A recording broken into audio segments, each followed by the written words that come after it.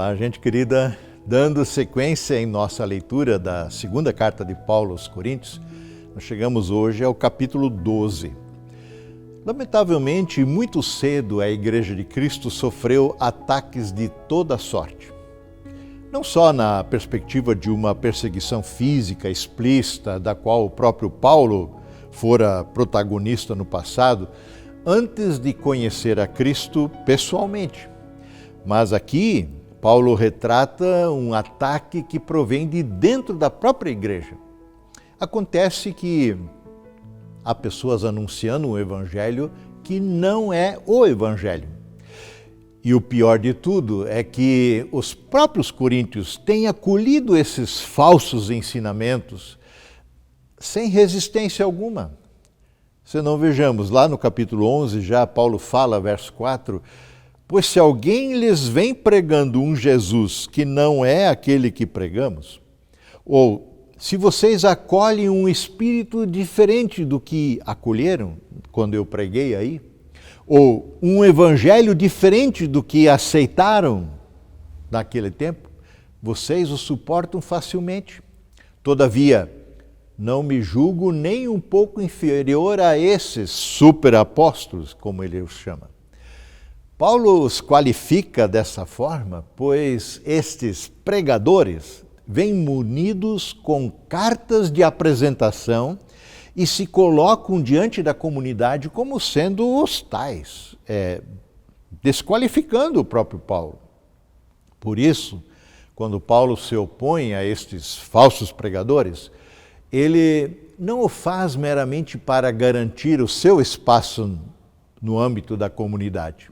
Não, Paulo sabe o tamanho do estrago que falsa doutrina pode causar na vida de fé da Igreja de Cristo. Referindo-se a estas pessoas, Paulo é taxativo. Capítulo 11, verso 13. Esses indivíduos são falsos apóstolos, obreiros enganosos, disfarçados de apóstolos de Cristo. Mas não me surpreendo, porque até mesmo Satanás se disfarça de anjo de luz. Então, todo tipo de engano é uma afronta ao evangelho da verdade. E sua origem é clara, procede do pai da mentira e do engano, o próprio Satanás. Então, Paulo vai se contrapor a esses falsos apóstolos, os superapóstolos, como ele os chama, que se vangloriam e se orgulham da sua posição. Paulo se contrapõe a eles apresentando suas credenciais como o verdadeiro servo do Senhor Jesus que ele é. E assim Paulo apresenta uma grande lista da qual ele se orgulha, entre aspas. Ainda que saiba que tal orgulho é pura insensatez da sua parte. E o que Paulo apresenta como credenciais para o seu apostolado? Os muitos e enormes sofrimentos que ele teve que enfrentar por causa de Cristo e do seu Evangelho. E então Paulo segue nessa lista de argumentação, aqui em nosso capítulo 12, dizendo, a partir do verso 1, é necessário prosseguir com os meus motivos de orgulho? Mesmo que isso não me sirva de nada, vou lhes falar agora das visões e revelações que recebi do Senhor. As coisas a respeito das quais Paulo agora irá se gloriar, ainda que ele saiba que não há vantagem alguma nisso, contudo ele o faz para o bem da própria comunidade que está sendo enganada. Então, as coisas que Paulo vai relatar agora estabelecem um contraste ainda maior entre ele mesmo e os falsos apóstolos. Paulo vai falar agora de visões e revelações que recebeu do próprio Senhor Jesus. Ele sabe que a fé cristã não é edificada sobre experiências místicas, de êxtase, mas tão somente sobre a rocha que é o próprio Cristo e suas revelações. As Escrituras, o Evangelho. Sim, o próprio Paulo teve um encontro com o Cristo ressurreto quando estava a caminho de Damasco para perseguir e prender os cristãos do local. E esse relato nós temos em Atos 9, mas Paulo mesmo testemunhou a esse respeito várias vezes, como também recebeu revelações claras do Senhor durante o seu ministério. Mas agora, ao falar de uma visão que recebeu do Senhor em particular, no qual ele fora arrebatado ao terceiro céu, ele diz, onde ouvi coisas tão maravilhosas, escreve Paulo, que não podem ser expressas em palavras, coisas que a nenhum homem é permitido revelar ou relatar.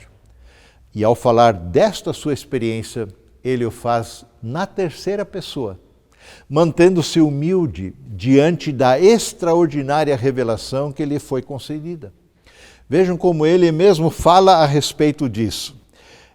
Se quisesse me orgulhar, verso 6, não seria insensato de fazê-lo, pois estaria dizendo a verdade. Mas não o farei, pois não quero que ninguém me dê crédito além do que pode ver em minha vida ou ouvir em minha mensagem.